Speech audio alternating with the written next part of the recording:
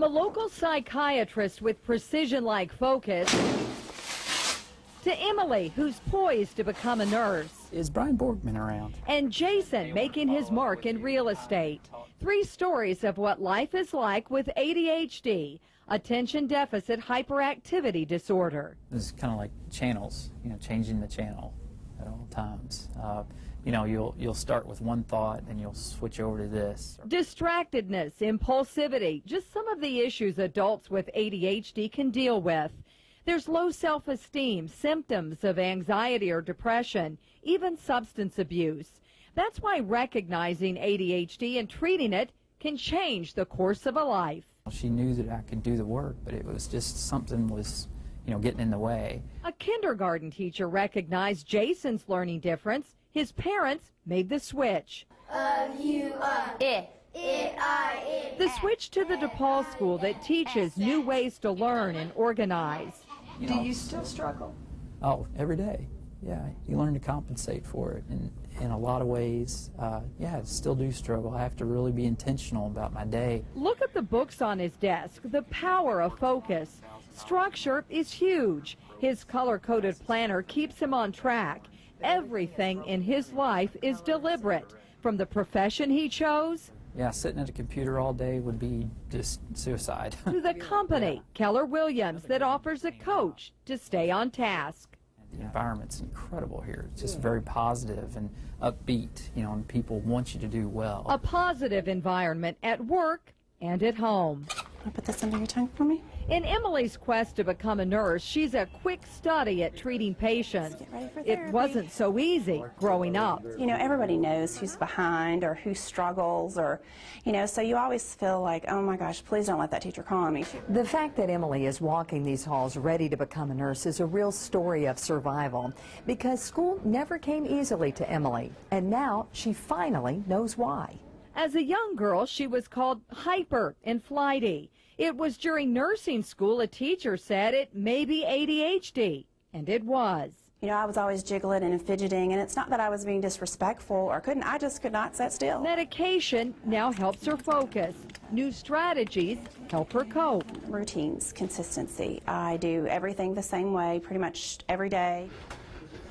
This is Dr. Alan Walker's routine. Having that sense of well-being is what I'm after. Daily exercise and a love of golf.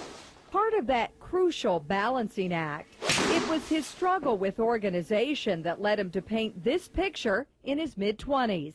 Would you call it a self-portrait? No. Well, I don't know. That's a great question. Maybe. Maybe it is. Dr. Walker went to Trinity, went on to become a psychiatrist, but it was not overnight success. I wanted to be the guy that played football and went to Harvard. But I knew the Harvard thing wasn't going to work out. No matter how hard he tried in the classroom, he came up short. And I guess for some reason or another, I always held on to that other piece of information that I thought in my heart was true, and that is, you're really bright. You are bright, and you're a lot smarter than what your grades indicate. A few years later, he was diagnosed with ADHD, started taking medication, and went to medical school. The medicine to me is like a good pair of glasses. You can wear glasses, but it doesn't mean you're going to be a doctor.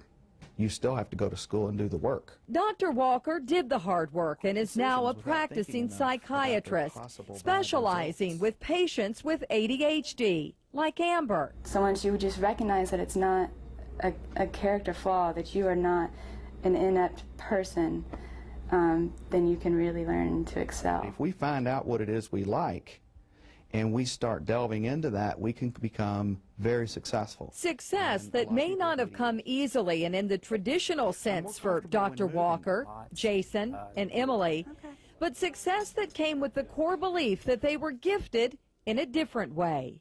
Rachel Platt, WHAS 11 News.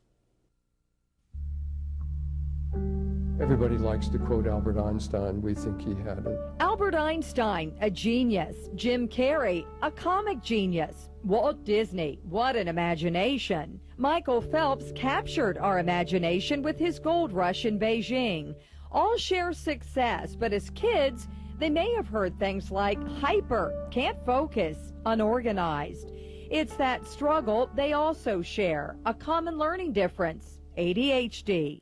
And if the wiring mechanisms are not wired correctly, they will have difficulty doing that processing. Simply put, they're wired differently and learn differently. Dr. Larry Silver says it's a neurological disorder and has written about it in The Misunderstood Child. It's a life disability.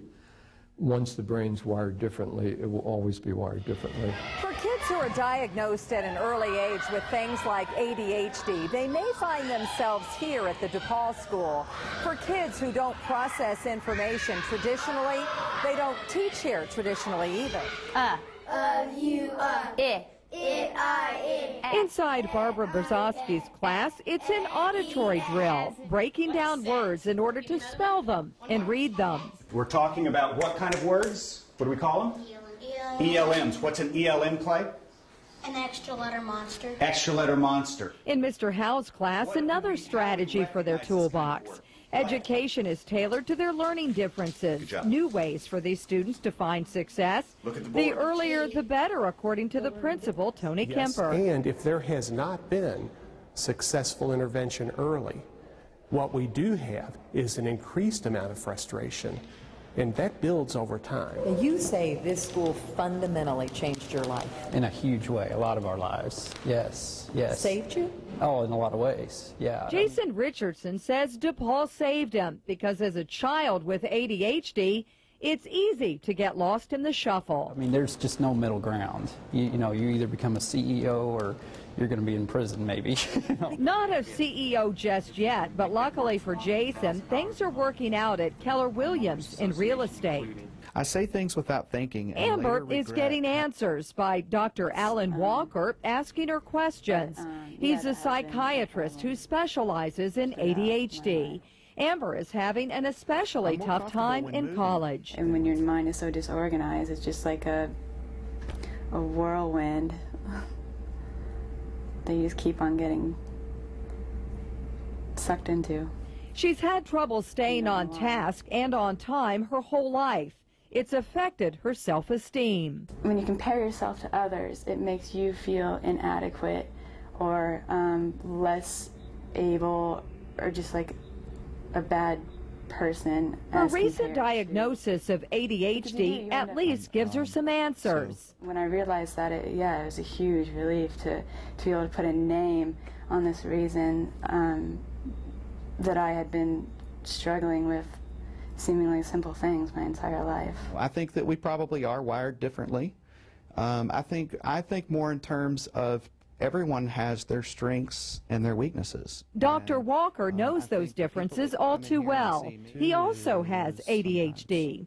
He's now working with Amber to turn those differences into positive. We talk about it more in terms of being a gift, and a gift of being able to have many different ideas, being creative, being imaginative. Remember these faces of people who found their gift despite their differences? Tonight at 11, add these faces to the mix. Dr. Alan Walker, Jason Richardson, and a new face, Emily Wilson, all local residents willing to share the journey, life with ADHD. Rachel Platt, WHAS 11 News.